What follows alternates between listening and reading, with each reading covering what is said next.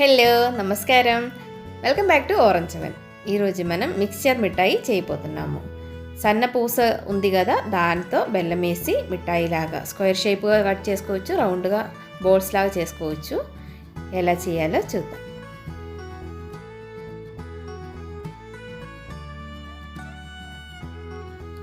ముందుగా మనం సన్న పూసలు చేసుకోవాలి. ఇది అరకప్పు బియ్యపిండి తీసుకున్నాను, అలాగే 1.5 కప్పు శనగపిండి తీసుకోవాలి.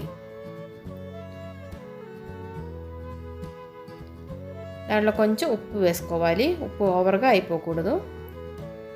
ఉప్పు వేసుకొని బాగా మిక్స్ చేసిన తర్వాత కొంచెం కొంచెం వాటర్ పోసుకొని కలుపుకోవాలి. Water over అయిపోకూడదు. చపాతీ పిండి కంటే కొంచెం లూస్గా ఉండేటట్టు ఉండాలి. అసలు ఆయిల్ కానీ ఏం మిక్స్ చేయాల్సిన అవసరం లేదు. ఇది మనం మిఠాయి కోసం చేస్తున్నాము కాబట్టి కారం మసాలా అలాంటివి ఏం వేయట్లేదు. ఇప్పుడు మనం చక్రాలు ఒత్తే గిన్నెలో వేసుకొని సన్నటి పూసలు చేసుకోవాలి. కొంచెం లూసుగా ఉంది చపాతీ పిండి కంటే, ఇంత చాలు. మరీ టైట్గా ఉన్నా మనకు ఒత్తడానికి చాలా కష్టం అవుతుంది. ఒక 2 బాచిగా వేసుకొని చేసుకోవచ్చు.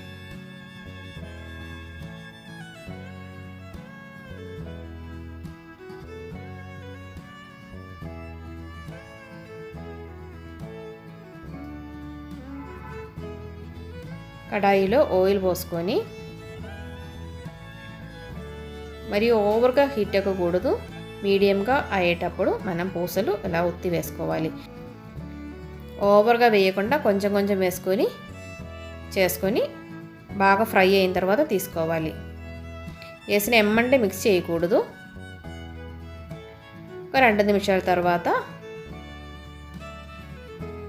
తిరిగి వేయాలి. జాగ్రత్తగా అలాగా తిప్పి వేసుకోండి. ఎక్కువ కలర్ చేంజ్ అయిపోయే ముందు తీసేసుకోండి.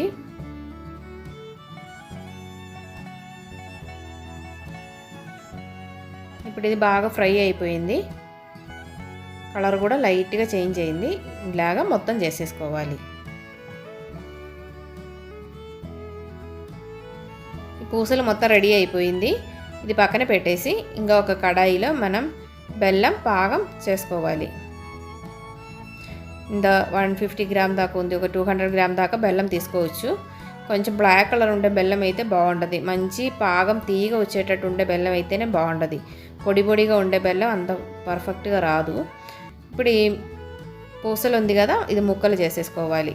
కొంచెం నలిపితే ముక్కలు అవుతుంది. మరీ చిన్న ముక్కలు చేయాల్సిన అవసరం లేదు, కొంచెం పెద్ద ముక్కలుగా చేసేసుకోండి. తర్వాత మనం మిక్స్ చేసే కొంది అది చిన్న ముక్కలు అయిపోయిద్ది. ఈ బెల్లం బాగా మరిగిన తర్వాత మీడియం ఫ్లేమ్ మీద పెట్టుకొని బాగా మరిగించుకోవాలి. ఇలా చూసేటప్పుడు తీగలు రావాలి. కొంచెం ఇలాచీ పౌడర్ ఒక 2-3 పింజలు వేసుకోండి, మంచి ఫ్లేవర్ కోసము. అలాగే మంచి టేస్ట్ కూడా వస్తుంది. ఇప్పుడు చూడండి బాగా నురుగులు వస్తుంది కదా. ఇప్పుడు 1 స్పూను నెయ్యి కూడా వేసుకోవాలి. ఈ స్టేజ్లో వచ్చేటప్పుడే మనం మిక్స్చర్ వేసేసుకోండి. అలాగే మిక్స్ చేస్తూ ఉండండి. మనం పాకం పట్టేది కరెక్ట్గా కాకపోతే నానిపోయినట్టు అయిపోతుంది. మిక్స్చర్ క్రిస్పీగా అస్సలు ఉండదు. ఇది బాగా మిక్స్ చేసేసుకోవాలి. ఫ్లేమ్ బాగా లోగా పెట్టండి. మిక్స్ అయిన తర్వాత ఆఫ్ చేసేసేయండి. ఇప్పుడు ఒక ట్రే కానీ ఏదైనా ఒక ప్లేట్ కానీ తీసుకొని కొంచెం నెయ్యి రాసుకొని దానిలోకి సెట్ చేసుకోవాలి. ఇది బౌల్స్ లాగా కూడా చేసుకోవచ్చు. వేడివేడిగానే బౌల్స్ చేయడం అంటే చాలా కష్టం అవుతుంది, అందుకని ఇలా చేయడం అయితే ఈజీగా ఉంటుంది.